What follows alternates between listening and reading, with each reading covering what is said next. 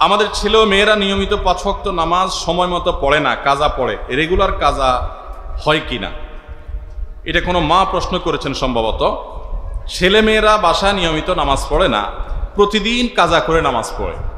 প্রতিদিন কাজা করলে কাজা হবে কিনা? আমাদের অনেকেই আছেন এই কাজটা করেন, যে প্রতিদিন ফজর নামাজ 7টা 8টার দিকে উঠে পড়েন। এরকম মানুষ আছে না নাই? আল্লাহ সুবহানাহু ওয়া তাআলা বলেছেন, ইন্নাস সালাতা কানাত আলাল মুমিনিনা কিতাবাম মাওকুতা, নিশ্চয়ই নামাজ ইমানদারদের জন্য নির্দিষ্ট সময়ে পড়াটা অপরিহার্য এবং ফরজ করে দেওয়া হয়েছে। সময়ের বাইরে হঠাৎ একদিন চলে যেতে পারে, আপনার ঘুম ভাঙে নাই, অ্যালার্ম দিয়েছেন কিন্তু টের পান নাই, হঠাৎ কোনো কালে কদাচিৎ হতে পারে, সেটা গ্রহণযোগ্য। নবী সাল্লাল্লাহু আলাইহি সাল্লামের জীবনে একবার হয়েছে, তো আপনার জীবনে একবারের জায়গায় 2বার 4বার হতে পারে, বছরে 1বার 2বার হতে পারে। কিন্তু প্রতিদিন যদি ঠান্ডা মাথা এরকম হয়, বিশেষ করে শোয়ার সময় যদি আপনি নিয়ত করে অ্যালার্মটাই দেন সকাল 7টায় উঠবেন, তো সেক্ষেত্রে আপনার ঈমান নিয়ে সন্দেহ করার যথেষ্ট সুযোগ আছে। বিষয়টা অনেক সহজ না। একটা হলো আমি অ্যালার্ম দিলাম, উঠতে পারলাম না, চেষ্টা করলাম, অলসতার কারণে উঠতে পারলাম না, উঠার পর অপরাধ বোধ জাগলো, সেটা এক জিনিস। আর একটা হলো আপনি শোয়ার সময় নিয়ত করছেন 9টা বাজে উঠে নামাজ পড়বো, 7টা 8টা বাজে উঠে নামাজ পড়বো, তাহলে এটা শুধু কবিরা গুনাহ না, ওয়াক্ত মতো নামাজ পড়া যে ফরজ, ঠান্ডা মাথায় আপনি সেই ফরজটা তরক করলেন। আপনি ঘুমের তালে নষ্ট করেছেন এমন না, আপনি ঠান্ডা মাথা নষ্ট করেছেন। খুব জঘন্য অপরাধ। কোনো বাসায় ছেলে মেয়েরা যদি বেনামাজি হয় বা কারোর যদি নামাজে উঠতে দেরি হয়, বিশেষ করে ফজরে, তাহলে ধরে নিতে হবে যে ওই বাসায় মানুষদের রাত দেরি করে শোয়ার বদভ্যাস আছে। রাতে তাড়াতাড়ি শোয়া উত্তম না দেরিতে শোয়া উত্তম? তাড়াতাড়ি শোয়া উত্তম। নবী করিম সাল্লাল্লাহু আলাইহি সাল্লাম সম্পর্কে হাদিসে আসছে, কারণ নবী সাল্লাল্লাহু আলাইহি সাল্লাম ইয়াকরাহুন নাওম ক্বাবলা আল-ইশা ওয়াল হাদিসা বাদা, তিনি এশার আগে ঘুমানো অপছন্দ করতেন আর এশার পরে কথাবার্তা বলা অপছন্দ করতেন। আর আমাদের ওয়াজ মাহফিল হোক, যত কাজ হোক, সব জমেই এশার পরে। এটা ইসলাম না। কে শুনে কার কথা? কাউকে শোনানো যায় না। ময়মনসিংহে এক জায়গায় মাহফিলে গেছি, আমার শর্তই থাকে ফরমে যে আমি গভীর রাত পর্যন্ত কথা বলবো না, আমাকে আগে আগে দিতে হবে। বলে হ্যাঁ হুজুর, আপনাকে আগে আগে দেয়, আমি 10টার ভিতরে আমার আলোচনা শেষ করবেন। বলে হ্যাঁ ঠিক আছে। এবার যাওয়ার পরে খাওয়া দাওয়া দিয়া আমারে বালিশ কাঁথা দেখাই দিয়ে বলছে হুজুর এবার আপনি রেস্ট করেন। তখন 10টা অলরেডি পার হয়ে গেছে। বললাম আমার না 10টায় ওয়াজ শেষ করার কথা। বলেছে না, আপনি তো শেষ বক্তা, এখনো দেরি আছে, আপনি ঘুমান, আমরা দেখা দিব 11টা 12টার দিকে।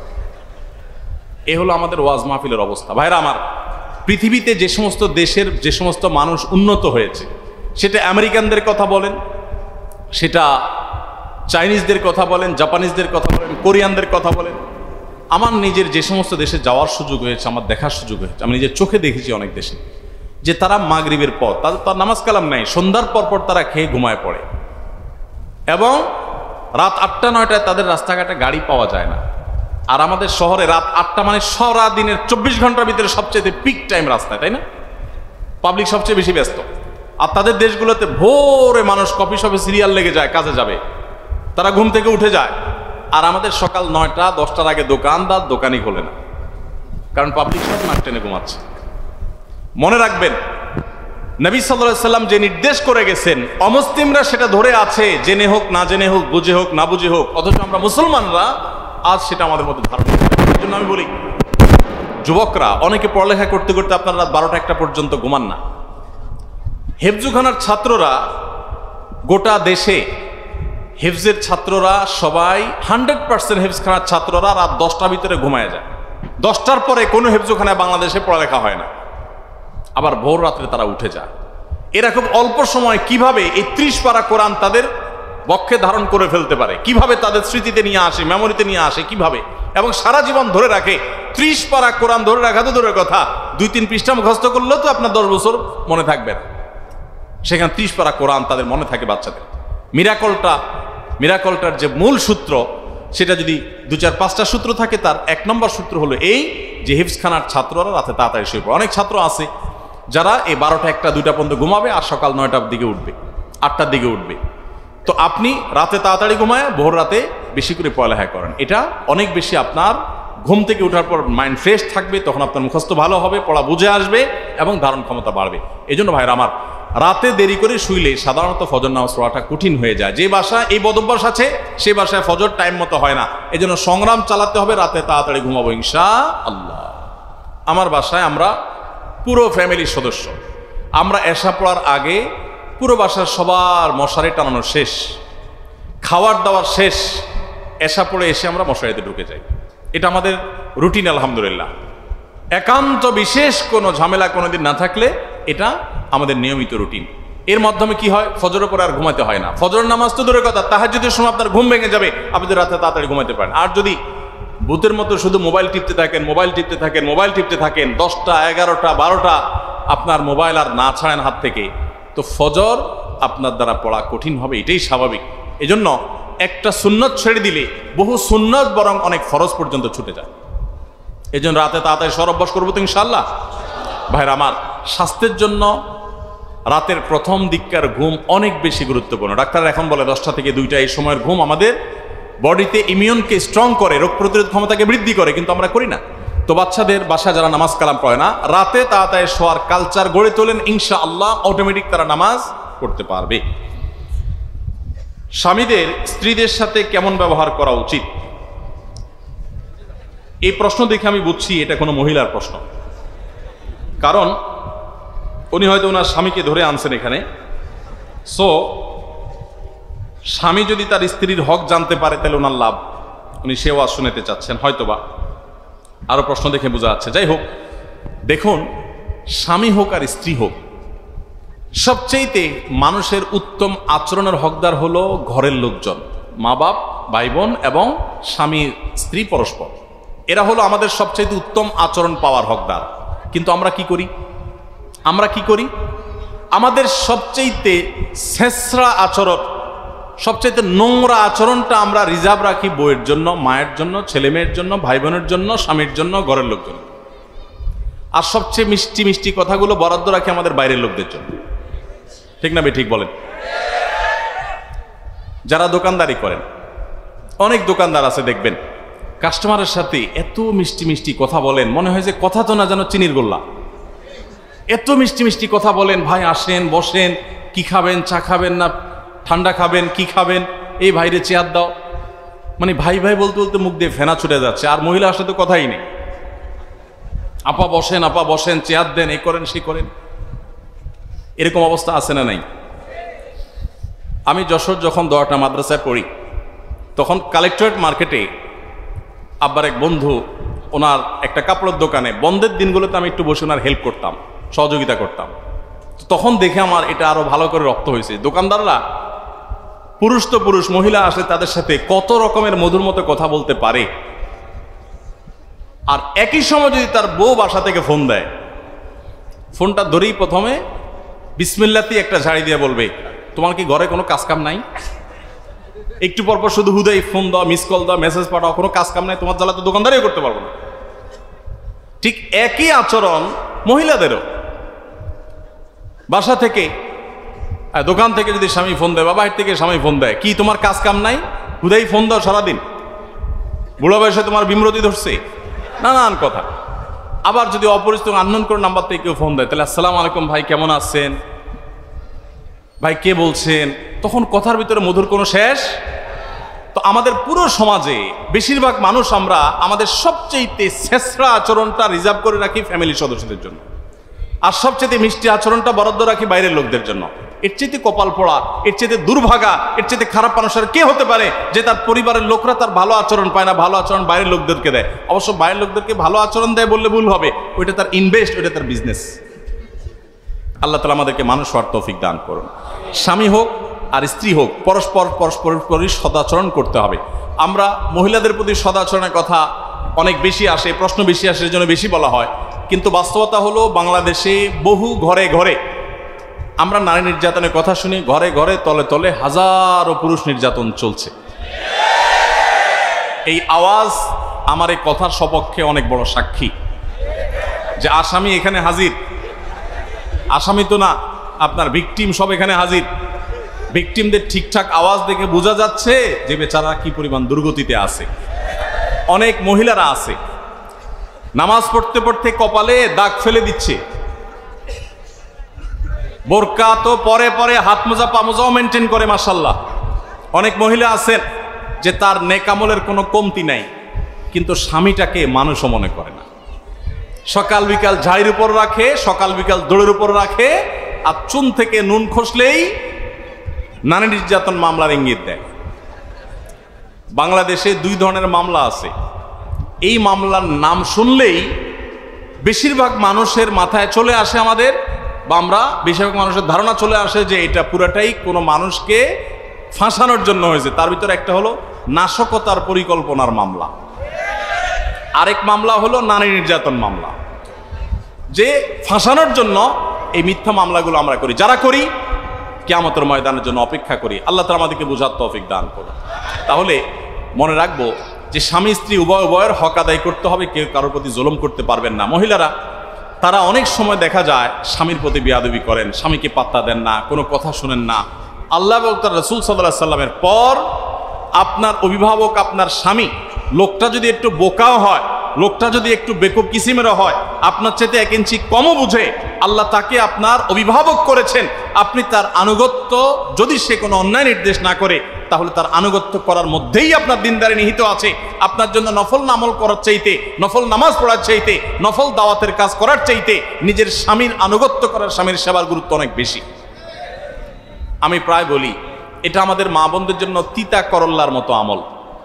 তিতা করল্লার জুস পান করা যেরকম কষ্টের, মহিলাদের জন্য এইসব আমল কষ্টের। মহিলাদেরকে সুবহানাল্লাহ আলহামদুলিল্লাহ বলতে বললে ওনারা অনেক খুশি, কোরআন তেলাওয়াত করতে বলেন অনেক খুশি, কানের দুলগুলা খুলে আল্লাহর রাস্তায় দান করতে বলেন তাও রাজি, মাগার স্বামীকে শ্রদ্ধা করতে অনেকেই রাজি না। আল্লাহ তাআলা আমাদের সবাইকে স্বামী স্ত্রী পরস্পরের হক আদায় করার তৌফিক দান করুন। সদাচরণ করা, উভয়ের প্রতি পরস্পরের কর্তব্যগুলো জেনে সেগুলো পালন করা, নিজের আচরণ দ্বারা কষ্ট না দেওয়া, এগুলো আমাদের কর্তব্যের অংশ।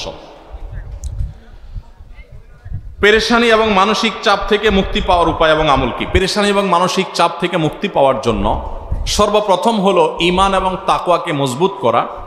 আমরা আগেই বলেছি, যার ঈমান যত দুর্বল সে তত তাড়াতাড়ি ডিপ্রেসড হয়ে পড়ে, যার ঈমান যত শক্তিশালী ডিপ্রেশন তাকে তত কম স্পর্শ করে।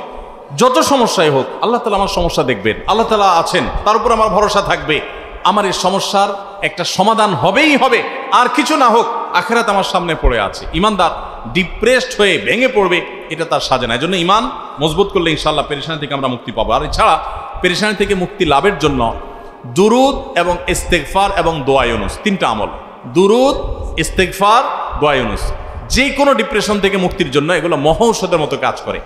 আপনি খুব বিপদে আছেন, পেরেশানিতে আছেন, আস্তাগফিরুল্লাহ ওয়া আতুবু ইলাইহি, আল্লাহুম্মা আনতা রাব্বি লা ইলাহা ইল্লা আনতা সাইয়্যিদুল ইস্তিগফার, দুরুদ ইব্রাহিম, ছোট দুরুদ সাল্লাল্লাহু আলাইহি সাল্লাম পড়তে থাকেন অনবরত। লা ইলাহা ইল্লা আনতা সুবহানাকা ইন্নী কুনতু মিনাজ জালিমিন, দোয়া ইউনুস পড়তে থাকেন। আল্লাহ সুবহানাহু ওয়া তাআলা বলেছেন, ওয়া কাযালিকা নুনজিল মুমিনিন, ইউনুস আলাইহিস সালামকে যেভাবে এই দোয়ার মাধ্যমে আল্লাহ রক্ষা করেছেন, ঠিক একইভাবে ঈমানদারদেরকে আল্লাহ তাআলা রক্ষা করবেন দোয়া ইউনুসের মাধ্যমে ইনশাআল্লাহ। এজন্য এই আমল করবেন।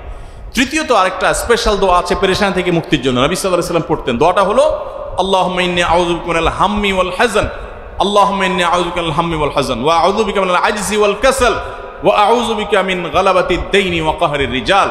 আল্লাহ আপনার কাছে পেরেশানি থেকে, ডিপ্রেশন থেকে, চিন্তা থেকে, দুশ্চিন্তা থেকে আপনার কাছে পানা চাই, মুক্তি চাই। আল্লাহ তাআলা আপনার অন্তরকে প্রশান্ত করবেন ইনশাআল্লাহ। আর সর্বশেষ আমল হলো ভোর রাতে তাহাজ্জুদের সময় উঠে চোখের পানি ফেলে আল্লাহর কাছে দোয়া করবেন ইনশাআল্লাহ। আল্লাহ তাআলা অসাধ্যকে সাধন করে দিবেন। ঢাকায় বাংলাদেশের প্রথম সারির একটা ব্যবসা প্রতিষ্ঠান, 1, 2, 3 পড়বে এরকম একটা ব্যবসা প্রতিষ্ঠান, একটা কর্পোরেট অফিসে আমার একটা কাজে একবার যেতে হয়েছে। তো সেখানে এক ভদ্রলোকের সাথে দেখা, সে অফিসের বড় কর্মকর্তা। উনি আমাকে দেখে খুব আবেগ আপ্লুত হলেন এবং আমাকে একটা সময় ওনার অফিসে দাওয়াত করলেন, চা খাওয়ার জন্য গেলাম। প্রসঙ্গত উনি বললেন যে, ভাই, আমার জীবনে আপনার একটা কথার প্রভাবে আমার পুরো জীবনটাকে পরিবর্তন করছে। আমার একটা আগ্রহ তৈরি হলো, কি এমন কথা যে একটা লোকের জীবনটাকে চেঞ্জ করে দিছে, বলেন ভাই। তখন লোকটা আমাকে বললেন যে, ভাই, আমার এমন একটা রোগ হয়েছে যে দেশ তো দেশের বাইরে বিভিন্ন চিকিৎসা আমার নেওয়া হয়েছে, বিভিন্ন হসপিটালে আমি ট্রিটমেন্ট নিয়েছি, কিন্তু আমার কোনো সমাধান হয় নাই, কোনো রোগ ভালো হয়নি। শেষ পর্যন্ত কোম্পানির চাকরি ছেড়ে গ্রামে চলে গেছি, জাস্ট মরার অপেক্ষা।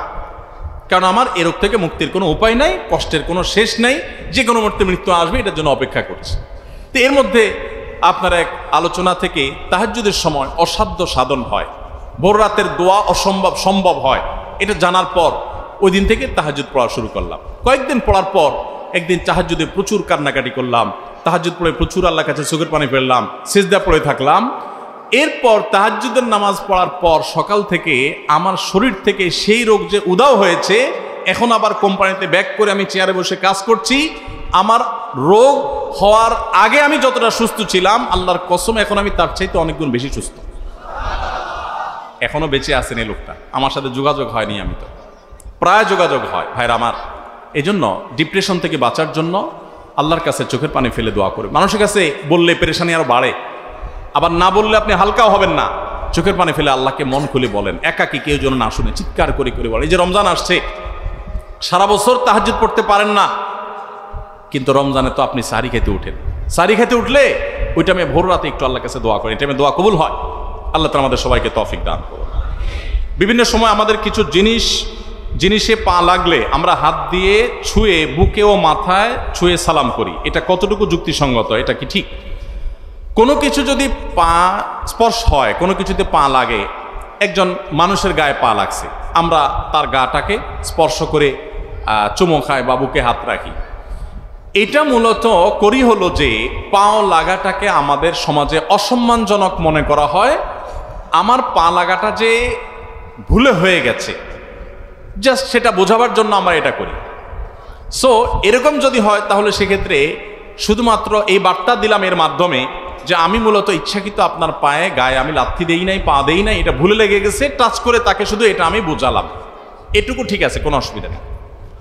কারণ প্রত্যেক অঞ্চলের মানুষের ভাষা, তাদের আচরণ, তাদের মনের ভাব ব্যক্ত করার পদ্ধতি ভিন্ন ভিন্ন হতে পারে, এবং এভাবে আমরা আমাদের জাস্ট মনের ভাবটাকে ব্যক্ত করছি, এখানে কোনো অন্যায় হচ্ছে না। শুধুমাত্র বলছি সরি বা দুঃখিত বা আমি ইচ্ছাকৃত মারি না, এই কথাটাকে আমরা একটা আচরণ দিয়ে বোঝালাম, কোনো অসুবিধা নেই। তবে কোনো জিনিসে পাও লাগলে সেখানে ওইটা ছোঁয়াছুঁইতে কিছু আসে যায় না, কারণ ওই জিনিসের প্রতি তো আর সম্মান অসম্মান জিনিস তো আর বুঝবে না যে তাকে ছুঁয়ে আমি আবার সরি বলেছি। অতএব জিনিস পাও লেগে গেছে, যদি এই জিনিসটা পাও লাগার মতো জিনিস না হয়, খাদ্য, সেখানে পা লেগে গেছে, তাহলে সেক্ষেত্রে আমার সতর্ক হতে হবে পরবর্তী জনের জন্য এটা না হয়। কিন্তু সেখানে ছোঁয়াছুঁই করার কোনো যৌক্তিক কারণ নাই। কিন্তু কোনো মানুষের গায়ে লেগে গেছে, আমরা ছুঁয়ে নিলাম, টাচ করলাম, ধরলাম, বুঝালাম, এটা জায়েজ হতে পারে ইনশাআল্লাহ। তাহলে বাবার বাড়ি নাটোর, সেখানে কসর পড়বো নাকি পুরো নামাজ পড়বো? একজন বোন প্রশ্ন করেছেন, মেয়েরা বাবার বাড়িতে গেলে সফরের নামাজ অর্থাৎ কসর পড়বেন না পুরো নামাজ পড়বেন? এর উত্তর হলো যে মেয়েরা বিয়ের পর স্বামীর সংসারে যখন চলে আসে, এটা তাদের স্থায়ী ঠিকানা হয়। বাবার বাড়ি তখন তারা সেখানে গেস্ট এবং মেহমান হিসাবে যান, বিধায় সেখানে তিনি কসরের নামাজ পড়বেন। কিন্তু যদি কোনো মেয়ের বাবার বাড়িতে থাকার ব্যবস্থা থাকে, স্বামী সন্তান নিয়ে তিনি সেখানেও মাঝে মধ্যে থাকেন, তাহলে সেক্ষেত্রে সেটা তার একটা হোম, সেকেন্ড হোমের মতো হবে, সেটা তার আরেকটা বাড়ির মতো হবে, সেখানে তিনি পুরো নামাজ পড়বেন। বাট ম্যাক্সিমাম মেয়েদের এই ব্যবস্থা নাই, বাবার বাড়িতে গেলে জাস্ট একটা কক্ষ তাকে দেওয়া হয়, তিনি থাকেন, বেড়ায় আবার চলে আসেন। এরকম যদি হয় তাহলে তিনি বাবার বাড়িতে কসরের নামাজ পড়বেন, যদি সেটা সফরের দূরত্ব হয়। আর যদি কাছাকাছি হয় তাহলে তার কসরের প্রশ্ন নেই। অজু অবস্থা বা নামাজের মাঝে বাচ্চাদের টয়লেট ক্লিন করার প্রয়োজন হলে আবার কি অজু করতে হবে, নাকি আগের অজুতেই নামাজ পড়া যাবে?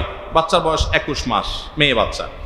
ছেলে বাচ্চা হোক আর মেয়ে বাচ্চা হোক, বড় হোক আর ছোট হোক, বাচ্চাদের পেশাব পায়খানা করেছে, তাদের প্যান্ট, তাদের প্যাম্পাস ইত্যাদি আপনি পরিষ্কার করেছেন, এগুলো পরিষ্কার করার কারণে আপনার অজু নষ্ট হবে না। তবে যদি হাতে ময়লা লাগে, যেই জায়গায় ময়লা লেগেছে ওই জায়গাটা ধুয়ে ফেলবেন, বাস এটুকু যথেষ্ট, আর নতুন কিছু আপনাকে করতে হবে। আমার 2021 সালে করোনা হয়েছিল, আমি 8-10 দিন আইসিইউতে ছিলাম, আল্লাহ আমাকে বাঁচিয়ে রেখেছেন, পুরোটাই আল্লাহর ইচ্ছা। তারপর থেকে আমার একটার পর একটা অসুখ লেগেই থাকে, আমি একদমই সুস্থ থাকতে পারি না। এখন আমার কিছু মনে থাকে না, বেশি সময় ধরে কোরআন শরীফ ওজিফা বই পড়তে পারি না। আপনি আমার পরিবার ও সন্তানের জন্য খাস দিলে দোয়া করবেন, আমার জন্য দোয়া করবেন। আমাকে এমন একটা আমল লিখে দিবেন যেন আমি মারা গিয়ে আল্লাহর সামনে মুখ দেখাতে পারি। সবশেষে আমার ছোট মেয়ের জন্য দোয়া করবেন। আল্লাহ তাআলা আপনার প্রতি রহম করুক এবং আপনার মেয়ে এবং পরিবার প্রতি রহম করুক। সেই সাথে আপনার জন্য যে আমলে কথা বলবো সেটা হলো, কোনো গুনাহে লিপ্ত হবেন না। আল্লাহ তাআলা আইসিইউ থেকে আপনাকে ফিরিয়ে এনেছেন। করোনার সময় আমারও করোনা হয়েছে, আমি হসপিটালে ভর্তি ছিলাম, সেখানে কত মানুষ অসহায় হয়ে গেছে আমরা দেখেছি। আমার এক পরিচিত বন্ধু ঢাকা মেডিকেল কলেজের ডাক্তার, তিনি বলেছেন যে এক লোক আমার রুগী হয়ে করোনার সময় এসছে, তার প্রথম করোনা পজিটিভ হওয়ার পরে সে কোনো পাত্তাই দিচ্ছে না এবং কোনো সাইড দিচ্ছে না, বলে যে আমি খুব স্ট্রং মানুষ, খুব ফিট মানুষ, আমি অনেক এক্সারসাইজ করি, আর কিছুই হবে না। বলে যে 2-4-5 দিন যাওয়ার পর আস্তে আস্তে আস্তে আস্তে যখন সে উইক হয়ে আসছে, একটা পর্যায়ে আইসিইউতে চলে গেছে, তখন সে একদম আইসিইউ যাওয়ার আগ মুহূর্তে সে একেবারে সুইর মতো সোজা হয়ে গেছে, তার সব বাহাদুরি শেষ। শেষ পর্যন্ত লোকটা বেঁচে ছিল এবং ওই ডাক্তার সাহেব আমাকে বলেন যে যতবার দেখা হয় তার সাথে আমি জিজ্ঞেস করি কি খবর আপনার বাহাদুরির, তো বলে যে মাথাটা তার নিচু হয়ে যায়। আল্লাহ সুবহানাহু ওয়া তাআলা মানুষকে এক মুহূর্তেরও প্রয়োজন হয় না আল্লাহ তাআলা মানুষকে সোজা করার জন্য, দুর্বল করার জন্য। তো এরকম কঠিন সময় থেকে আল্লাহ ফিরিয়ে এনেছেন, সেজন্য আল্লাহ শুকরিয়া আদায় করবেন আর সকল গুনাহ থেকে, হারাম থেকে বেঁচে থাকবেন। আগের গুনাহগুলোর জন্য তওবা ইস্তেগফার করতে থাকবেন, বেশি বেশি চোখের পানি ফেলতে থাকবেন। এটা ইনশাআল্লাহ সবচেয়ে গুরুত্বপূর্ণ আমল। আমার আব্বু 18 সাল থেকে হজে যাব করে যায় না, বলে ছেলেদের পড়ালেখা এত খরচ, তাদের মানুষ করে নেই, ইনশাআল্লাহ যাব। তার সত্যি খরচ অনেক, অথচ কিছু সম্পদ বিক্রি করলেই যেতে পারে। আমাদের অর্থনৈতিক অবস্থা আলহামদুলিল্লাহ ভালো, তাকে নসিহতপূর্বক কিছু বলুন। দেখুন, প্রথম কথা হলো যে মাশাআল্লাহ এটা ভালো কথা যে ছেলে বাপরে নসিহত করার জন্য চিঠি লিখেছে, এটা তো অনেক আনন্দের বিষয়। আমাদের ঘরে যে এরকম ছেলে আছে যে বাবার সংশোধন চায়, এটা তো আনন্দের বিষয় আলহামদুলিল্লাহ। দেখুন, যদি সম্পদ বিক্রি করে হজে যাওয়ার প্রশ্ন আসে তাহলে আমরা বলবো মানুষ যে সম্পদের উপর নির্ভরশীল, ধরেন একটা বাড়ির ভাড়া পেয়ে আপনার সংসার চলে, দোকানে ভাড়া পেয়ে আপনার সংসার চলে, জমির চাষাবাদ দিয়ে আপনার সংসার চলে, তো ওইটা বিক্রি করে শরীয়ত আপনাকে হজ করতে বলে না। কিন্তু যেটার উপর আপনি নির্ভরশীল না, যেটা আপনার অতিরিক্ত প্রয়োজনে, সেটা বিক্রি করেও আপনাকে হজ করতে হবে। আর ছেলে মেয়ের খরচের জন্য, অন্যান্য খরচের জন্য আপনি লক্ষ টাকা খরচ করতে পারেন মাসে, কিন্তু হজের জন্য আপনি টাকা জমাতে পারেন না, এটা অবশ্যই দুর্ভাগ্যের ব্যাপার। আমাদের কাছে দুনিয়া প্রাধান্য পেয়ে যাওয়ার কারণে এই দুরবস্থা হয়। যারা আখিরাতের প্রতি ঈমান আনে তাদের কাছে আখিরাতটাই অনেক বড় থাকে, পাশাপাশি তারা দুনিয়াকে চালিয়ে যায়। অতএব এরকম মানুষকে আমি বলবো, কোনো আল্লাহওয়ালা, কোনো নেককার মানুষের সোহবত, কোনো আমলদার মানুষের, কোনো আব্দে সালেহ বা নেককার আল্লাহওয়ালা মানুষের সোহবতে তাকে বেশি বেশি নেন, ইনশাআল্লাহ আশা করা যায় তার ভিতরে দুনিয়ামুখিতা কমবে এবং দিনদারিতা বাড়বে। এতিম বাচ্চাদের জন্য দান সাদকা চাইতে আসে, এটা কি দেওয়া উচিত?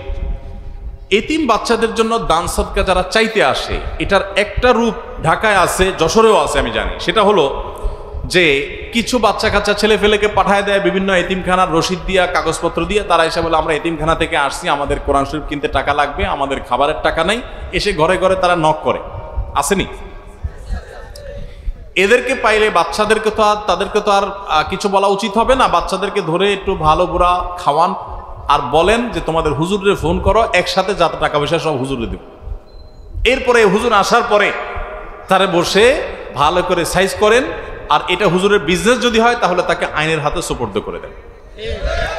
কারণ এদের বড় একটা অংশ ফ্রড, প্রতারক। তারা এই বাচ্চাগুলোকে পুঁজি হিসাবে ব্যবহার করে এবং এটা ইসলাম এবং মুসলমানদের জন্য অপমানজনক। আমরা আমাদের আসুন্নাহ ফাউন্ডেশন থেকে ইয়েতিম লালন পালন করার জন্য ইয়েতিম আমরা খুঁজে পাই না। খুঁজে পাই না মানে কি? এতিম যারা আছে বিভিন্ন মাদ্রাসায় তাদের স্পন্সর আছে, স্পন্সর নাই এরকম এতিম আমরা খুঁজি। আমরা সার্কুলার দেই প্রতি বছর যে সারা দেশে যত এতিম আছে, যারা অসহায় আছে, তারা আবেদন করেন, তাদের শতভাগ স্কলারশিপ, তাদের সকল খরচ খরচা আমরা বহন করব আমাদের এতিম ফান্ড থেকে। তো সেখানে প্রপার এতিম পাইতে কষ্ট হয়ে যায়, আর এখানে এতিম খানা পায় না, দুয়ারে দুয়ারে খানা আর কোরআন শরীফ কিনতে টাকার জন্য যায়। এদের অনেককে আমি ধরেছি এবং তাদের হুজুরদের ফোন দেওয়ার পর সদুত্তর দিতে পারে না। এদের অনেকেই প্রকৃত অর্থে হুজুরও না, জাস্ট লেবাস লাগাইছে, এই বাচ্চাগুলো থেকে তারা বিজনেস করে। অতএব অনেকে আমরা মনে করি না, সরলতার কারণে বিশ্বাস করি না। বিশ্বাস করার কোনো কারণ নাই, বিশেষ করে আপনি অবিশ্বাসও করার দরকার না, আপনি খোঁজ খবর নেন, আপনি চেক করেন সন্দেহ হলে। তবে এটা ঠিক, ওয়াম্মা সাইলা ফালা তানহার, যারা মানুষের কাছে চায় তাদেরকে ধমক দিতে আল্লাহ নিষেধ করেছেন, বিধায় তাদেরকে, বাচ্চাদেরকে আপনি ধমক দিবেন না, কিন্তু নাটের গুরুগুলোকে খুঁজে বের করবেন যে কেন আল্লাহর দ্বীনকে তুমি অপমান করছো। বহু মাদ্রাসা আছে, সেখানে এতিমদের ফান্ড আছে, তহবিল আছে, গোরবা ফান্ড আছে, সেখানে ভর্তি হবে, প্রয়োজনে হুজুররা যাবে তাদের কালেকশনের জন্য, বাচ্চাদেরকে কেন পাঠানো হবে? এই বিষয়ে আমাদের প্রত্যেকেরই সতর্ক হওয়া দরকার এবং দায়িত্বশীল ভূমিকা রাখা দরকার। যাদের জাকাত দেওয়া ফরজ তারা জাকাত দেয় না, তাদের নিয়ে কিছু আলোচনা করেন। জাকাত যারা দেন না, সম্পদ সঞ্চয় করে রাখেন, আল্লাহ কোরআনে বলেছেন ইয়াউমা ইউহমা আলাইহা ফি নারি জাহান্নাম ফাতাকুয়া বিহা জিবাহুহুম ওয়া জুনুবুহুম হাযা মা কানাসতুম লিআনফুসিকুম ফাযুকু মা কুনতুম তাকনিজুন। আল্লাহ বলেছেন কিয়ামতের ময়দানে যেই সম্পদ আপনি জাকাত না দিয়ে সঞ্চয় করেছেন, এগুলোকে জাহান্নামের আগুনে, এই সম্পদগুলোকে পাত বানিয়ে উত্তপ্ত করে এই জাকাত আদায় করে না যে সেই ব্যক্তির কপালে, ললাটে, পিঠে, পার্শ্বদেশে ছেক দেয়া হবে, আর বলা হবে যেই সম্পদ গুনে গুনে সঞ্চয় করেছো, জাকাত দাও নাই, আজকে সেই সম্পদের স্বাদ ভোগ করো। আল্লাহ তাআলা আমাদেরকে হেফাজত করুন। জাকাতকে নবী সাল্লাল্লাহু আলাইহি সাল্লাম বলেছেন কিয়ামতের আগে একটা সময় আসবে যে জাকাতকে মানুষ জরিমানা মনে করবে, এটাকে অর্থদণ্ড মনে করবে, লস মনে করবে, যে এটা দিয়ে দিলাম আমার তো কোনো ব্যাক আসবে না। এটা কিয়ামতের আলামত যে মানুষ এটাকে জরিমানা মনে করে। মনে রাখবেন, জাকাত কখনো লসের প্রজেক্ট না। আপনি যেটা জাকাত দিয়েছেন আপনার আখিরাতের অ্যাকাউন্টে জমা হয়ে গেছে, এটা আপনার কেউ নিতে পারবে না, বিনিময় আল্লাহর কাছে পাবেন। সো এটা আপনার জন্য লসের কোনো জিনিস না, এটাকে জরিমানা মনে করা অনুচিত। জাকাতের গুরুত্ব যদি আমরা বুঝতাম তাহলে জাকাত আমরা কেউ দেওয়া থেকে বিরত থাকতাম না। জাকাত ইসলামের ফরজ বিধান শুধু না, ইসলামের নামাজের পরে যেই রোকনের গুরুত্ব সেটা হলো জাকাত। আমরা আমাদের দেশে সাধারণত বলি নামাজ রোজা, সাধারণত আমরা বলি নামাজ রোজা, আসলে হওয়ার কথা নামাজ জাকাত। নামাজ জাকাত না নামাজ রোজা? নামাজের পরে রোজা আসে না জাকাত আসে? আল্লাহ গোটা কোরআন জুড়ে বলেছেন আকিমুস সালাহ ওয়া আতুজ যাকাত। নামাজ কায়েম করার পরে আল্লাহ জাকাতের কথা বলেছেন, কিন্তু আমরা বলতে বলি কি নামাজ রোজা। রোজা তো 3 নম্বরে, 2 নম্বরে তো জাকাত। তো জাকাতের ব্যাপারে আমরা অনেকে উদাসীন। আমরা নামাজ পড়ি অনেকে, কিন্তু জাকাত দিতে চাই না, কারণ নামাজ পড়তে পয়সা লাগে না, রোজা রাখতে পয়সা লাগে না। বন্ধু কয়েক প্রকার। কিছু দোস্ত পাবেন যে আপনার জন্য ও মুখ দিয়ে ফেনা তুলে ফেলবে, পারলে গায়ে গতরে খাইটা দিবে, টাকা পয়সার কথা বললে সে বলবে দোস্ত আমি তো সরি। আবার কিছু আছে এর উল্টো, যে তার অনেক টাকা পয়সা আছে, সে বলবে দেখো ভাই আমি সময় দিতে পারবো না, টাকা লাগলে কিছু নিয়ে যাও। আছে না নাই? আবার কিছু আছে যে মুখে শুধু ফেনা তুলবে, টাকাও দিবে না, সময়ও দিবে না। আরেক প্রকার আছে না নাই? আরেক প্রকার বন্ধু আছে, টাকা লাগলে টাকা দিবে, আবার গায়ে খাটা লাগলে গায়েও খেটে দিবে। তাহলে 4 প্রকার হলো। মানুষও এরকম, মুখ দিয়া বলবে আমি ইমানদার, নামাজেরও খবর নাই, জাকাতেরও খবর নাই। মুখ দিয়া বলবে ইমানদার, নামাজ রোজা পড়বে, জাকাত ঠিক মতো দিবে না। আবার কিছু লোক আছে ইমানদার হয়ে সে নামাজও পড়ে আবার জাকাতও। এরা হলো আল্লাহ তাআলার প্রকৃত বান্দা, আসল মুসলমান। সে জান মাল সবকিছু কোরবান করে। আল্লাহ তাআলা আমাদেরকে তৌফিক দান করুন। স্বামীর পকেট থেকে না বলে টাকা নেওয়া জায়েজ আছে কিনা? এই প্রশ্নটা আপনাদের হাসির কারণ হলেও অনেক মহিলাদের এই প্রশ্নটা অনেক গুরুত্বপূর্ণ, তার কাছে অনেক গুরুত্বপূর্ণ। আমার কাছে একবার রমজান মাসে রাতভর, সাধারণত আমরা আমাদের বাসায় রাতভর রমজানে সবাই জেগে থাকে, ইবাদতবন্দি করে, সকালে ঘুমায়, ফজর পড়ে ইশাক করে তারপর ঘুম দেয়। তো আমার মনে আছে যে রমজান মাসে এরকম একবার সকালে ঘুমাইছি, জোহরের আগে উঠে দেখি মোবাইলে একই নাম্বার থেকে অনেকবার কল, 15-20 বার বা এরকম অনেকবার কল। তো এত বেশি কল একটা নাম্বার থেকে দেখে কল ব্যাক করলাম যে কোনো কারো বিপদ হলো কিনা। পরে দেখি ওই পাশ থেকে এক মহিলা ধরলো। বললাম কি খবর, কোনো সমস্যা বোন, এতবার ফোন করেছেন কি আপনি? তো বলে হুজুর আমার একটা জরুরি বিপদ হয়েছে বা একটা ইমার্জেন্সি সমস্যা হয়েছে, একটা জরুরি জানা দরকার, এই জন্য ফোন দিলাম। তাই আমি বললাম জরুরি তো বুঝছি, নাহলে এতবার কি ফোন দিয়েছেন, বলেন কি বিষয়। তখন বলল হুজুর বিষয়টা হলো স্বামীর পকেট থেকে টাকা চুরি করা জায়েজ হবে কিনা। তা আমি বললাম এটা জরুরি মাসালা হলো যে এটার জন্য এতবার ফোন দিছেন। আমার স্ত্রী পাশে ছিলেন, উনি শুনলেন। শোনার পর আমার স্ত্রী আমাকে বললেন শুনো, তুমি সবকিছু নিজের মতো হিসাব করলে তো হবে না, ওই বেচারির জায়গায় তুমি চিন্তা করার চেষ্টা করো। সে হয়তো তার স্বামীর পকেটে জীবনে কঞ্জুস বেটা, হয়তো কোনোদিন টাকা পয়সা পায় নাই, আজকেই হয়তো চান্স পাইছে, এখনই তার মাসালা উত্তর দরকার। তো এটা তার জন্য ইমার্জেন্সি, তোমার কাছে এটা নাথিং হতে পারে। তো আপনারা হাসলে কি হবে, অনেক মহিলাদের কাছে এটা গুরুত্বপূর্ণ, কারণ অনেক কঞ্জুস স্বামী আছে, হাত খরচের টাকাও দেয় না, যার কারণে বেচারি চুরির চিন্তা করা ছাড়া উপায় থাকে না। যদিও এখানে বেচারিরও দোষ আছে। দোষ কি? দোষ হলো বিয়ের সময় তার মহর ধার্য হয়েছে না হয় নাই, কিন্তু সে মহর নেয় নাই। ওই বাসর রাতে স্বামীর পাম্পট্টি চোটে মাফ করে দিস, আছে না নেই? আমার দেশে মেয়েরা এত সোজা, শুধুমাত্র একটু। আর ছেলেরা এত পরিমাণ বাটপারি জানে, বাসর রাতে বলবে ধরবে মোহর 10 লাখ 20 লাখ, এরপর বলবে দেখো মোহর তো এখন মুরব্বীরা ধরছে 10 লাখ এত টাকা, 20 লাখ এত টাকা, এখন আমি তো এখনো উপার্জন ওইভাবে করতে পারি না, অল্প স্বল্প ইনকাম, আর কয়দিন পরে ইটালি চলে যাবো, টাকার অভাব হবে, সবই তো তোমার। আর এই বোকাশোকা সহজ সরল মেয়েরাও বলে দেয় ঠিক আছে আরে টাকা দিয়ে কি হবে, আপনি বাদ দেন, এগুলো লাগবে না। তো তুমি মাফ করে দিছো তো? হ্যাঁ আমি মাফ করে দিছি, শেষ। এই চান্সে ফেলায়া মেয়েদেরকে বোকা বানায়া এই বাটপারি করে পুরুষগুলো সব মহারণা মাফসাফ করে নেয়। এবার বেচারি মহিলা হুজুরের কাছে প্রশ্ন দেওয়া লাগে যে পকেট থেকে চুরি করে নিতে পারবো কিনা। আপনার চুরি করার দরকারটা কি? আপনি তখন তো নিজের হক নিতে পারতেন, ছেড়ে দিতে বলছে কি আপনাকে? অবশ্য না ছেড়ে উপায় নাই, কারণ মহিলা যদি বাসরাতে বলে যে না চান্দু টাকা দেয়া ছাড়া কথা নাই, আগে মোহর পরিশোধ করো, তখন তো বলবে বাপরে বাপ এই মহিলার সাথে গড় করবো কেমনি, ওই বাসর থুয়া ছেলে পালাবে। আমাদের সমাজে মেয়েদের অধিকার আমরা নানাভাবে বলণ্ঠিত করি এবং নষ্ট করি, তাদের মোহর ঠিক মতো দেই না। তো যাই হোক, মা বোনদের অধিকার তাদের পাওনা দিয়ে দিবেন, টুকটাক তাদের হাত খরচে দেওয়া উচিত। তাদের মা আছে, বাবা আছে, খোঁজ খবর নিবে, যতটুকু পারেন সাধ্য অনুযায়ী তাদেরকে খোঁজ খবরের জন্য বা হাত খরচের জন্য টাকা পয়সা দিবেন। যদি কোনো স্বামী ন্যায্য পাওনা না দেয়, সংসারে খরচের টাকাও না দেয়, তাহলে সেক্ষেত্রে তার পকেট থেকে টাকা স্ত্রী নিতে পারেন। যদি তার ন্যায্য সংসারের বাজার খরচের টাকাও না দেয়, কঞ্জুস হয়, বা অনেক সময় দেখা যায় একাধিক বিয়ে হলে সে অন্য স্ত্রীর দিকে ঝোঁক থাকে, এখানে টাকাই না দেয়, তাহলে এক্ষেত্রে আপনার যতটুকু ভরণ পোষণের জন্য প্রয়োজন ততটুকু তার অজান্তেও তার পকেট থেকে আপনি নিতে পারবেন।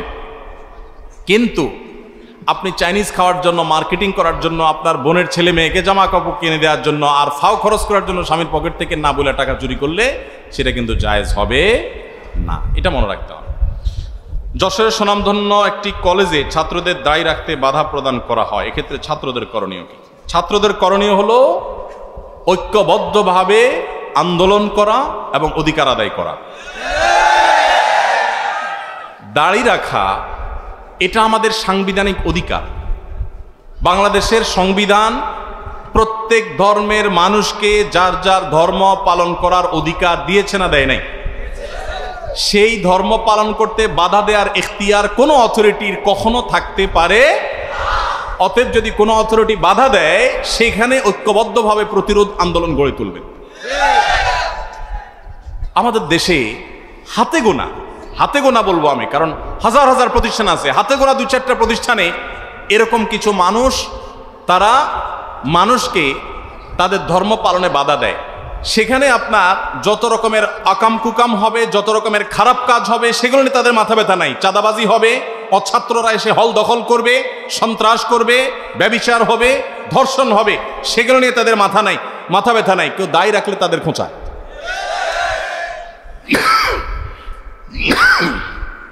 অনেক লোক আছে, তারা কেউ দায়ী রাখলে বলে, ভাই কিভাবে এই দায়ী রাখেন গরমে, খোঁচায় না?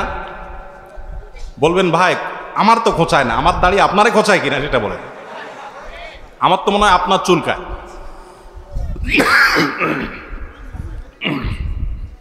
তো যাই হোক, কলেজের ছাত্ররা শান্তিপূর্ণ আন্দোলনের মাধ্যমে তাদের ন্যায্য অধিকার তারা আদায় করা উচিত।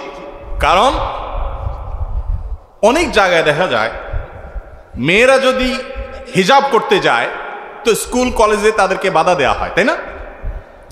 কদিন আগে ইসলাম বিশ্ববিদ্যালয়ের মতো জায়গায় কুষ্টিয়ায় একটা মেয়ে পর্দার সাথে সে পরীক্ষা দিতে গেছে, তাকে পরীক্ষা দিতে দেওয়া হয়নি। সেটা নিয়ে যখন সারা দেশে ওলামা ইকরাম কথা শুরু করলেন, যখন লেখালেখি হলো, আন্দোলন হলো, প্রতিবাদ হলো, নিউজ হলো, তখন পরবর্তীতে শুনেছি তাকে তার অধিকার দেওয়া হয়েছে। এটা কখনো গ্রহণযোগ্য হতে পারে না যে একজন মেয়ে তিনি স্কুল কলেজে শর্টকাট পোশাক পরতে পারবেন, এটা তার অধিকার থাকতে পারে, কিন্তু একজন মেয়ে পর্দা করতে পারেন না, এটা কখনো যৌক্তিক হতে পারে। একটা ছেলে সে যে কোনো পোশাক পরতে পারবে, যে কোনো কাটিংয়ে চুল রাখতে পারবে, কিন্তু তার দাড়ি রাখতে পারবে না, এটা কখনো গ্রহণযোগ্য হতে পারে না। অতএব এ ধরনের অন্যায় আচরণ যারা করবে, তরুণ শিক্ষার্থীদের কর্তব্য সেখানে সে অবস্থায়, এমনকি আপনার মুখে দাড়ি নেই, একজনের দায় রাখতে দেওয়া হচ্ছে না, তাহলে তার প্রতি জুলুম করা হচ্ছে। আপনি নিজে দায় রাখেন আর না রাখেন, আপনি ওই লোকটার, ওই ছাত্রটার অধিকার হরণ করার কারণে আপনার আন্দোলনে, শান্তিপূর্ণ আন্দোলনে আপনার সামিল হওয়া উচিত। এত বড় স্পর্ধা কারোর থাকতে পারে না। আল্লাহ তাআলা কর্তৃপক্ষকে হেদায়েত দান করুন। 5 জন কর্মচারী, 3 জন মুসলমান, 2 জন হিন্দু রমজান মাসে একসাথে ইফতার করতে পারবে কিনা? অবশ্যই পারবে। দোকানের 5 জন কর্মচারীর কিছু মুসলমান, কিছু হিন্দু আছেন। হিন্দু যারা আছেন তাদেরকে, বা অন্য ধর্মাবলম্বী যারা আছেন তাদেরকে আপনার যে ইফতার সেটা তাদেরকে অফার করতে পারেন, তাদের সাথে শেয়ার করতে পারেন, কোনো অসুবিধা নেই। একসাথে ইফতারও খেতে পারেন, কোনো সমস্যা নেই। এমনকি আপনার অন্য ধর্মাবলম্বী কোনো সহকর্মী, কোনো প্রতিবেশী আপনাকে কোনো খাবার দিয়েছে, ইফতারের জন্যই দিয়েছে, সেই খাবারটা যদি হালাল হয় আপনার সেটা গ্রহণ করতেও কোনো অসুবিধা। আমরা অনেক সময় ইসলামের নামে ভুল বুঝি বা বিভ্রান্তি ছড়াই। অনেকে মনে করে অন্য ধর্মের মানুষের সাথে গায়ে টাচ করলে বোধহয় অসুবিধা হবে। ইসলাম এরকম সংকীর্ণ কোনো বিষয় নয়, বরং আল্লাহ সুবহানাহু ওয়া তাআলা বলেছেন, লা ইয়ানহাকুমুল্লাহু আনিল লাযিনা লাম ইউকাতিলুকুম ফিদ-দীন ওয়া লাম ইখরিজুকুম মিন দিয়ারিকুম আন তাবাররুহুম ওয়া তুকসিতু ইলাইহিম ইন্নাল্লাহা ইউহিব্বুল মুকসিতিন। যেই সমস্ত অন্য ধর্মের অনুসারী মানুষেরা তোমাদেরকে তোমাদের বাড়ি থেকে বের করে দেয় নাই, যুদ্ধ চাপিয়ে দেয় নাই, বরং শান্তিপূর্ণ সহাবস্থান করছে, তাদের প্রতি ন্যায়নিষ্ঠ আচরণ করতে, সেই অন্য ধর্মের মানুষদের প্রতি ভালো আচরণ করতে, ইনসাফপূর্ণ আচরণ করতে আল্লাহ তোমাদের তো নিষেধ করেনি না, বরং ন্যায়নিষ্ঠ আচরণকারীদেরকে আল্লাহ ভালোবাসেন। তাহলে বোঝা গেল যে আমাদের হিন্দু, খ্রিস্টান বা অন্য ধর্মাবলম্বীর সহকর্মী বা প্রতিবেশী, তাদের প্রতি আমাদের সদাচরণ থাকতে হবে এবং তারই অংশ হিসাবে তাদেরকে আমরা খাবার শেয়ার করতে পারি এবং তাদের খাবার গ্রহণ করতে পারি। আমরা বরং ইসলামের সৌন্দর্য তাদেরকে দেখাবো যাতে তারা ইসলামে আকৃষ্ট হয়, ইসলামের পথে আসে। আল্লাহ যেন তাদেরকে হেদায়েত দান করে। হুজুর বেয়াদবি মাফ করবেন, আমি একটা মেয়েকে ভালোবাসতাম, পরে জানতে পারি সে অন্য একজনকে ভালোবাসে, তাই ওই কথা জানার পর আমি খুব কষ্ট পাই এবং নেশার মধ্যে জড়িয়ে পড়ি। এখন আমার করণীয় কি? দেখুন, এই ধরনের প্রশ্নগুলো যখন আসে, প্রথমত কিছু প্রশ্ন আমরা এড়ানোর চেষ্টা করি, কিছু প্রশ্ন তো আসলে এড়ানো যায় না, চলে আসে, ঢুকে যায়, শেষ মুহূর্তে দিয়ে দেন অনেক সময়। দেখুন, এই প্রশ্নগুলোতে আমাদের হাসির উদ্রেক হতে পারে, কারণ একজন মুসলিম যুবক তার জানা থাকার কথা যে বিবাহ বহির্ভূত সম্পর্ক করা এটা হারাম। বীর পুরুষ বিয়ে করে, কাপুরুষ প্রেম করে। যে পুরুষের সাহস আছে, সৎ সাহস আছে, 2 নম্বরই করার ধান্দা নাই, মতলব খারাপ না, ইরিশ বিরিশ করে নিজের ধান্দা হাসিল করা মাকসাদ না, প্রতারণা করা মাকসাদ না, টাইম পাস করা উদ্দেশ্য না, সে তো বিবাহের প্রস্তাব নিয়ে যাবে বাঘের বাচ্চার মতো। সে অলিতে গলিতে, রাস্তা ঘাটে, ঝোপে ঝাড়ে, চুপিয়ে চাপিয়ে, লুকিয়ে, চুরি করে সে তো তথাকথিত প্রেম করার কথা না। এটা তো কাপুরুষে করে, এটা তো চোরে করে, এটা তো 2 নম্বর যে সে করে। মনে রাখবেন, 1 নম্বর ভালোবাসা, সত্যিকারের ভালোবাসা হয় স্বামী স্ত্রীর মধ্যে। আর বাতি যেগুলো হয়, এগুলো আমি বলি প্রায় সময় বেশিরভাগই ফুচকা চটপটি খাওয়ার ধান্দা, চাইনিজ খাওয়ার ধান্দা, আর ছেলেদের হলো আকাম কুকাম করার ধান্দা। এই ধান্দায় পড়ে কত মেয়ের জীবন শেষ হয়েছে, কত ছেলে, কত মেয়ে আত্মহত্যার পথে পা বেরিয়েছে, কত মানুষ দুঃখের সাগরে ডুবেছে, সেটা একমাত্র আল্লাহ তাআলা ভালো জানেন। যে ভাই প্রশ্ন লিখেছেন, হয়তো এই বিষয়টা হারাম হওয়ার ব্যাপারে তার চেতনা এতটা পরিষ্কার না, এই জন্য সে প্রথমে বেয়াদবি মাপ চাওয়ার কথা বলেছে। আপনারা হয়তো হাসাহাসি করেছেন। আমার কাছে এই প্রশ্নগুলো সবসময় হাসাহাসির কারণ নয়, অনেকের সিরিয়াস প্রশ্ন। যে ভাই প্রশ্ন করেছেন তাকে বলতে চাই বিনয়ের সাথে, ভাই আমার, প্রথম কথা হলো, বিবাহ বহির্ভূত সম্পর্ক করার মধ্যে কোনো কল্যাণ নিহিত নাই। সাময়িক সুখ অনুভব হতে পারে, কিন্তু চূড়ান্ত সুখ আল্লাহ তাআলা হারামের মধ্যে রাখেন নাই। এজন্য আমি প্রায় সময় বলি, দেখুন, ইসলাম কেন বৈবাহিক জীবনে কথা বলেছে, কেন বিবাহ বহির্ভূত সম্পর্ককে হারাম করেছে। যেখানে বিবাহ বহির্ভূত সম্পর্ক থাকে, বিবাহ ছাড়া সম্পর্ক, হারাম রিলেশন থাকে, এখানে কিন্তু সামাজিক কমিটমেন্ট থাকে না, পারিবারিক কোনো কমিটমেন্ট, বন্ধন, বোঝাপড়া, লেখাপড়া, কাবিন কোনো কিছু থাকে না, যার কারণে স্বেচ্ছাচারী হওয়ার, জুলুম করার, নির্যাতিত হওয়ার সুযোগ সম্ভাবনা থেকে যায়। কিন্তু যখন বিয়ে হয় তখন সাক্ষী থাকে, কাজী থাকে, উভয় পক্ষের মুরব্বীরা উপস্থিত থাকেন, পারিবারিক বন্ধন থাকে, সামাজিক কমিটমেন্ট থাকে। এখানে সচরাচর একে অন্যের প্রতি চাইলে জুলুম করতে পারে না, জুলুম হয় কিন্তু পরিমাণ খুবই কম। আর তথাকথিত বিবাহ বহির্ভূত তথাকথিত প্রেমের নামে যে অবৈধ সম্পর্ক হয়, এগুলোর বেশিরভাগই দেখবেন শুধুই টাইম পাস। এক একজন কয়েকজন চেঞ্জ করছে, পরিবর্তন করছে। চায়না মাল যতটা লাস্টিং হয়, এদের সম্পর্ক ততটা লাস্টিং হয় না। অতএব এই 2 নম্বরে ছেড়ে দিবেন, ঠিক ঠিক বাদ দিয়া সলিড হয়ে যান। ঠিক ঠিক দরকার নাই, ভেতরে সলিড হয়ে যান, চরিত্রকে ভালো রাখেন। আমি সবসময় বলি, দেখুন, আপনার ভেতরকার ভালোবাসা হলো সফট ড্রিঙ্কসের জাহাজের মতো। সফট ড্রিঙ্কসের জাহাজ খুলে ফেলবেন, 2-4 ঘন্টা খুলে রাখবেন, জাহাজ কিন্তু আর থাকবে না। আল্লাহ সুবহানাহু ওয়া তাআলা বুক ভরা ভালোবাসা দিয়েছেন, ভালোবাসা রাখার জায়গা পাচ্ছেন না। ইমানদার তার রবকে ভালোবাসবে, তার মাকে ভালোবাসবে, তার বাবাকে ভালোবাসবে, প্রতিবেশীকে ভালোবাসবে, বড়দেরকে ভালোবাসবে, ছোটদেরকে ভালোবাসবে, আল্লাহর জন্য মানুষকে ভালোবাসবে। ভালোবাসা রাখার জায়গা পাচ্ছেন না, অজায়গায় কুজায়গা খুঁজছেন, এরপর তার ভালোবাসা উজাড় করে দিয়ে তার স্ত্রীকে, বৈধ স্ত্রীকে, তার হালাল সঙ্গীকে সে তার ভালোবাসাকে নিবেদন করবে। আর যারা রাস্তাঘাটে, স্কুলে, কলেজে, ইউনিভার্সিটিতে, মোড়ে মোড়ে, গলিতে, অলিতে, চিপা চাপায় সে তার ভালোবাসা যেখানে সেখানে বিলায় বেড়াইছে, ভালোবাসা যেখানে সেখানে যত্র দিয়ে দিছে, এদের ওই সফট ড্রিঙ্কসের ঝাঁজের মতো ভালোবাসাটা কমতে কমতে একটা পর্যায়ে এগুলো যখন বিয়ে করবে তখন আর ভালোবাসা দেখবেন খুঁজে পাবে না, কারণ সব তো আগে শেষ করে ফেলছে। এখন দেখবেন যে সে ভালোবাসা আর নাই। এদের বেশিরভাগ দেখবেন যে তাদের জীবনে কোনো শান্তি নাই। এই যে আপনারা যারা অবৈধ সম্পর্ক করাকে আপনাদের জন্য বেছে নিয়েছেন, হারাম রাস্তাকে, আপনাদেরকে বলছি, আপনাদের গুরু এবং উস্তাদ কারা? আপনাদেরকে 2 নম্বরই কাজ কারা শিখায়? নাটক সিনেমাতে সারাদিন অভিনয় করে আপনাদেরকে বিভিন্ন অভিনেতারা শিখায় কিভাবে আপনার তথাকথিত অবৈধ প্রেম জয় করার জন্য মা বাবারা নাখোশ করতে হবে, ধর্মের বাইরে চলে যেতে হবে, সমাজের বাইরে চলে যেতে হবে, তারপরেও তথাকথিত প্রেম জয় করতে হবে। এগুলো সারাদিন ট্রেনিং দেয় যে অভিনেতা অভিনেত্রীরা, এদের বিয়ে কচু পাতার পানির চাইতেও কম লাস্টিং হয়। এত ভালোবাসাবাসি শিখায় আপনার, তার নিজের জীবনেই ভালোবাসা নাই, কপাল পোড়া। ঠিক না বে ঠিক? এই জন্য ভাইরা আমার, হারাম রিলেশন ছেড়ে দিতে হবে। যে ভাই প্রশ্ন করেছেন তাকে বলতে চাই, আপনি যার প্রতি হারাম সম্পর্ক করেছেন সে যদি আরেকজনের হাত ধরে চলে যায়, আপনার 2 কারণে শুকর আদায় করা উচিত। 1 নম্বর হলো আপনি বলেছেন যে আপনি সেজন্য ডিপ্রেসড হয়ে আপনি মাদকের পথে চলে গেছেন, আল্লাহ আপনাকে হেদায়েত দান করুক।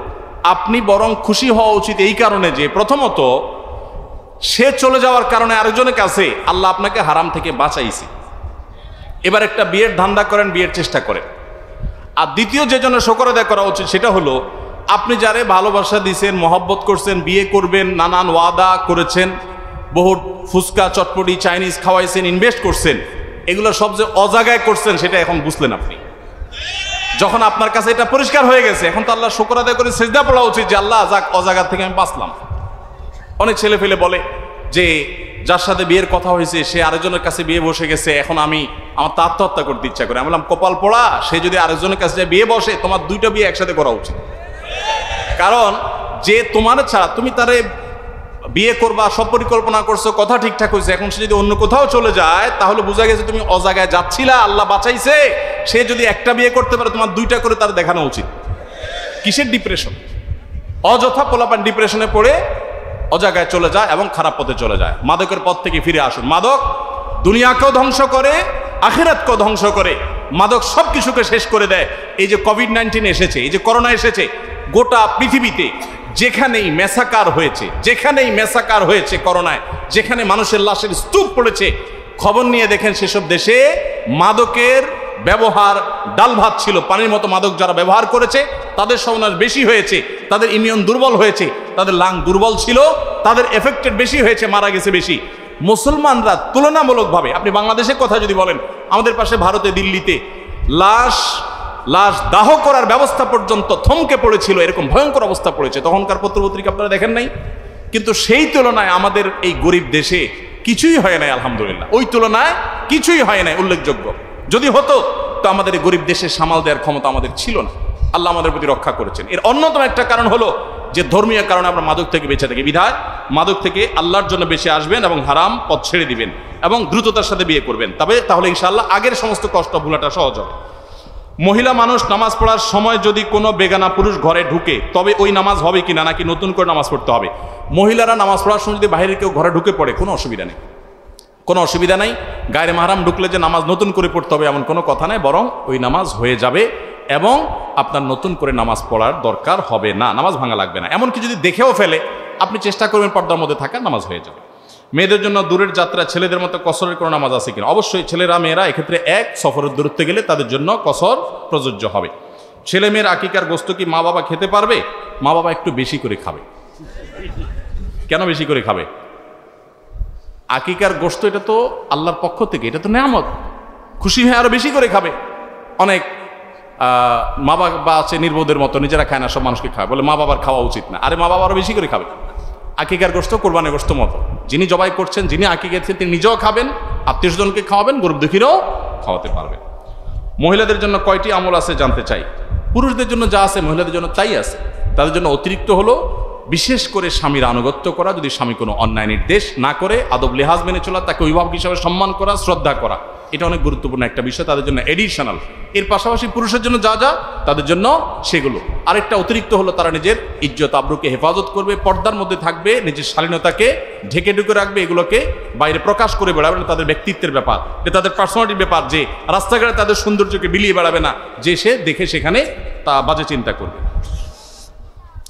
এরপরে প্রশ্ন হলো, ইসলাম বিবর্তনকে সমর্থন করে না, কিন্তু আদম আলাইহিসসালামের উচ্চতা 60 হাত হওয়া সত্ত্বেও আমাদের উচ্চতা কেন 6-7 ফুটের মধ্যে? দরকারি প্রশ্ন। দেখুন, বিবর্তনবাদ বলতে যেটা প্রসিদ্ধ যে থিওরি আছে, যে মানুষ বানর ছিল, সেখান থেকে মানুষ হয়েছে, শিম্পাঞ্জি থেকে মানুষ হয়েছে, ইত্যাদি ইত্যাদি, এই জাতীয় থিওরি, এটা কোরআন হাদিসের সাথে পরিষ্কার সাংঘর্ষিক। মানুষকে আল্লাহ তাআলা কিভাবে সৃষ্টি করেছেন মাটি থেকে, তার বিস্তারিত বিবরণ কোরআনে আছে।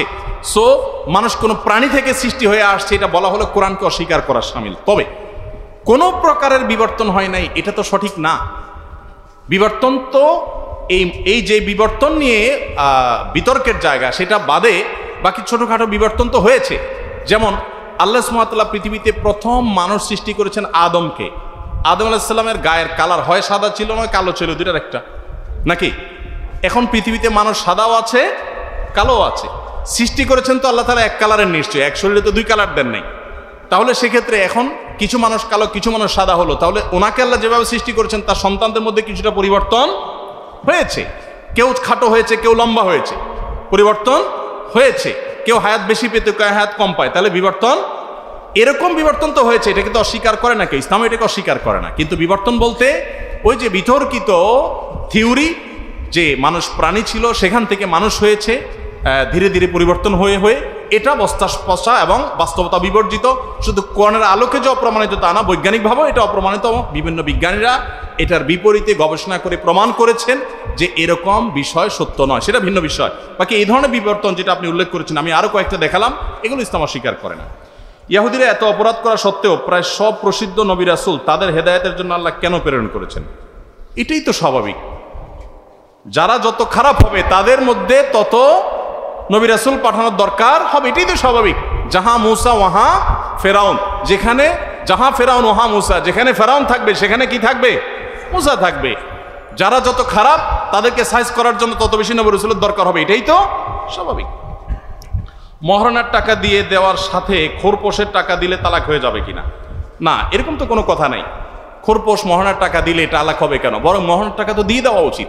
দেখেন, রাসূল আকরাম সাল্লাল্লাহু আলাইহি ওয়াসাল্লাম ফাতিমা রাদিয়াল্লাহু তাআলা আনহা বিয়ে যখন আলী তাআলার সাথে কথা ঠিক হয়েছে, তিনি নিজে নবী সাল্লাল্লাহু আলাইহি ওয়াসাল্লামকে শর্ত দিয়েছেন যে আমার মহর কিন্তু আগে পরিশোধ করতে হবে। আমার দেশে এখন যদি মেয়েরা বলে যে বাবা মহরের টাকা আগে পরিশোধ করতে হবে, বাবা বলবে বাবা রে মেয়েটা যে কি, আর স্বামীও বলবে যে কি খায় রাক্ষস। তো এটা ইসলাম তাদেরকে অধিকার দিয়েছে, অধিকার থেকে বঞ্চিত করার সুযোগ আমাদের নাই। কোনো ব্যক্তি দীর্ঘদিন স্ত্রীর সাথে রাগারাগির কারণে স্ত্রীর কাছে যদি না থাকায় নিষিদ্ধ পল্লীতে যে তার যৌন চাহিদা মেটায়, তারপর সে জানতে পারলো যে সে কঠিন ধরনের গুনাহের কাজ করছে, আল্লাহ কি তার তওবা কবুল করবেন? অবশ্যই আল্লাহ তাআলা তার তওবা কবুল করবেন। এমন কোনো অপরাধ না যে আল্লাহ কবুল করবেন না। নিজের কর্মে লজ্জিত হয়ে ফিরে এসে আর জীবনে কখনো এই পথে যদি না পা বাড়ায়, ইনশাআল্লাহ আল্লাহ তাআলা তাকে মাফ করবেন, সকল গুনাহ আল্লাহ তাআলা মাফ করেন। একজন বাবা বলেছেন, আমি জমির সম্পদ ভাগ ছেলে মেয়েকে ভাগ করে দিব না, আমি কবরে গিয়ে তোদের মারামারি দেখব। এটা কি ঠিক আছে কিনা? শুনেন, যেই চাচা এই কথা বলেছেন, সত্যি যদি কোনো বাবা এরকম কথা বলে থাকেন যে আমি কবরে যাই তোদের মারামারি দেখবো, আগে ভাগ দেব না, উনি মনে করছেন কবরটা বোধহয় কোনো পিকনিক স্পট, যে উনি বসে বসে মজা দেখবেন। উনি যে নিজের আমল নামা নিয়ে দৌড়ের উপরে থাকবেন, ওনার সেই চিন্তা মাথায় নাই। দেখুন, দিন সম্পর্কে আমরা কতটা জাহেল হলে এই ধরনের কথা বলতে পারি, আল্লাহ তাআলা একমাত্র ভালো জানেন। তবে এটা ঠিক যে মানুষের মৃত্যুর আগে তো ভাগ বন্টন হবে না, ভাগ বন্টন তো হবে কি মৃত্যুর পর, সেটাই স্বাভাবিক। হ্যাঁ, ওসিয়ত করে যাবেন যে করোনা দিয়েছিল যে সন্তানের জন্য বন্টন করে, এর বাইরে যেন না যায়। অতীতে আমি অনেক গুনাহ করেছি, কিন্তু আমি আল্লাহর কাছে ক্ষমা চেয়েছি। এই গুনাহ ক্ষমা চেয়েছি, এই গুনাহ কি মাফ হওয়ার যোগ্য? যত গুনাহি আপনি করেন না কেন, আল্লাহ বলেছেন লা তাকনাতু মির রাহমাতিল্লাহ, তোমরা আল্লাহর রহমত থেকে নিরাশ হইও না।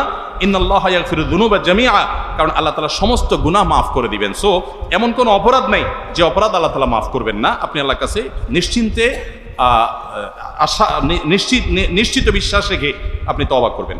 আমার বয়স 24, মোটামুটি একটা কর্মসংস্থান আছে, আমি আলহামদুলিল্লাহ 5 ওয়াক্ত নামাজ পড়ার চেষ্টা করি। আমার বিয়ের কথা পিতামাতাকে বললে মা বলে তোর বাপ 29-30 বছরে বিয়ে করেছে, তুই এত তাড়াতাড়ি বিয়ে করবি কেন? এখন আমি কি করতে পারি এবং কিভাবে তাদের বোঝাবো? মা যদি এরকম কথা বলে, মাকে বলবেন, মা আমার বাপ যখন বিয়ে করেছে তখন ফেসবুক ইউটিউব ছিল না, তখন স্মার্টফোন ছিল না, তাদের চরিত্র ফেরেশতার মতো থাকাটা সহজ ছিল। এখন সেই দিন নাই, এখন ভয়াবহ পরিস্থিতি, কঠিন চ্যালেঞ্জ মোকাবেলা করতে হয়। সেজন্য প্রাপ্তবয়স্ক হয়ে যাওয়ার পর আর বিলম্ব না করে দ্রুততার সাথে বিয়ে দেওয়ার নির্দেশ নবী সাল্লাল্লাহু আলাইহি ওয়াসাল্লাম করেছেন। যদি কোনো বাবা মা দেরি করেন, বাচ্চাকে ছেলে মেয়েদেরকে উপযুক্ত হওয়ার পর যদি বিয়ে তারা না দেন এবং তারা যদি পাপে লিপ্ত হয়, তো তারা তো অপরাধী হবে, বাবা মাও তার পাপের বোঝা বহন করতে হবে, যেহেতু তারা অবহেলা করেছে। আল্লাহ তাআলা আমাদের মুরব্বীদেরকে হেদায়েত দান করুন, তাদেরকে বুঝার তৌফিক দান করুন।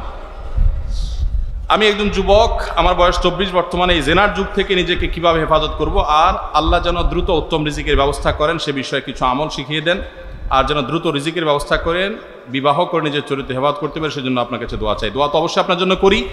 আর উপার্জন করবেন, হালাল উপার্জনের জন্য সিরিয়াসলি কাজ করবেন। অনেক ছেলে ফেলে আছে শুধু আমল খুঁজে বেড়ায়, এই কাগজ ধরাই দিবে, হুজুর একটু দোয়া করেন, দোয়া শিখাই দেন যাতে আমার উপার্জন শুরু হয়ে যায়। আপনি চিন্তা করছেন যে আমি দোয়া শিখাই দিব, আপনি দোয়া পড়বেন আর আসমানতে টাকা নাজিল হতে থাকবে।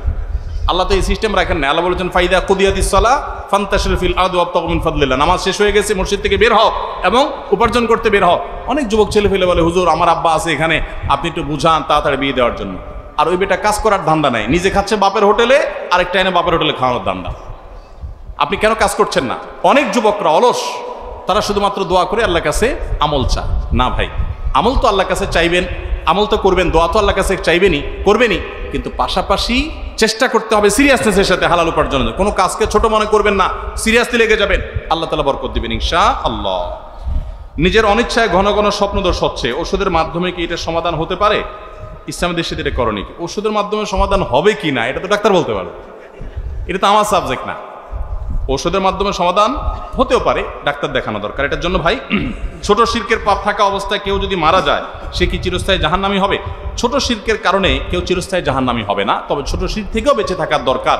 বড় শিরকের কারণে মানুষ চিরস্থায়ী জাহান্নামী হয় এবং ইসলাম থেকে খারিজ হয়।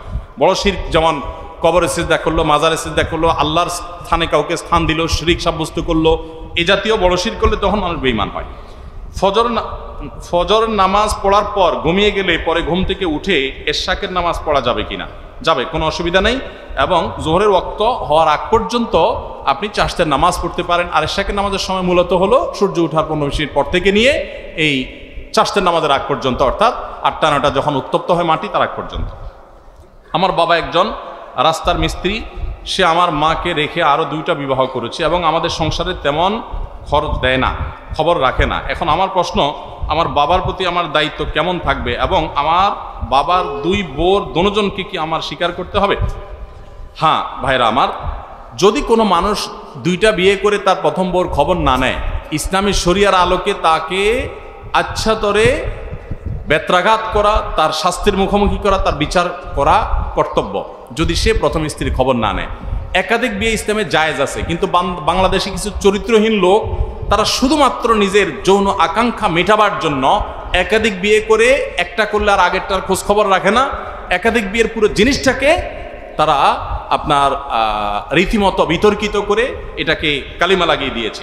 তো যেহেতু নিজের বাবার ব্যাপার, বাবার সাথে তো আর বেয়াদবি করা যাবে না, সবর করতে হবে, ধৈর্য ধারণ করতে হবে এবং যথাসম্ভব বাবার ব্যাপারটিকে আপনার যা খুশি তা করা যাবে না এবং চেষ্টা করতে হবে যে বাবার যেন কোনো প্রকার বেয়াদবি না হয়। তিনি অন্যায় করলে তিনি আল্লাহর কাছে বুঝবেন, তাকে বুঝাতে পারেন, কিন্তু আপনি তার সাথে বেয়াদবি করতে পারেন না। আর দ্বিতীয়ত, তিনি যে 2 বিয়ে করেছেন, দুজনকে মা হিসাবে স্বীকৃতি আপনার দিতে হবে। তবে হ্যাঁ, এটা ঠিক, আপনার মায়ের প্রতি যে কর্তব্য, সৎ মায়ের প্রতি সে কর্তব্য অবশ্যই থাকবে না। ভাই, প্রশ্ন আমার কাছে আর 2টা প্রশ্ন আছে, আমরা এগুলো শেষ করছি। একটা প্রশ্ন হলো যে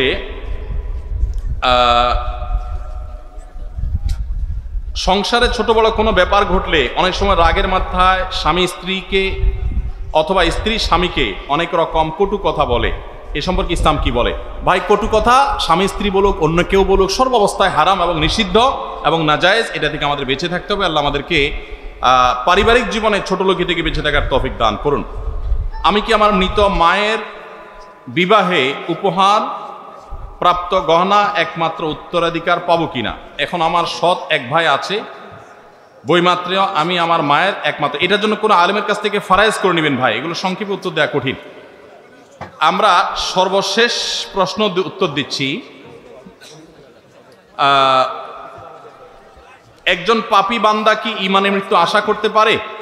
মানুষ যদি পাপীও হয় তারপরও সে ঈমানের মৃত্যু আশা করতে পারে, কারণ আল্লাহ রাব্বুল আলামিন কাকে ঈমানের মৃত্যু দিবেন, কাকে ঈমানের মৃত্যু দিবেন না, এটা একমাত্র আল্লাহ তাআলার ব্যাপার। আল্লাহ তাআলা যে কোনো ব্যক্তিকে ঈমানের মৃত্যু দিতে পারেন। তবে পাপী হয়েও ঈমানের মৃত্যু আসার জন্য তার যেটি করা দরকার সেটা হলো তিনি ইস্তেগফার করবেন, আল্লাহর কাছে আগে গুনাহ থেকে মুক্তি চাইবেন, পাশাপাশি তিনি আল্লাহর কাছে ঈমানের মৃত্যু কামনা করবেন। আল্লাহ তাআলা আমাদের সবাইকে যা শুনলাম জানলাম আমল করার তৌফিক দান করুন। জাযাকুমুল্লাহু খায়রা ওয়া আখিরু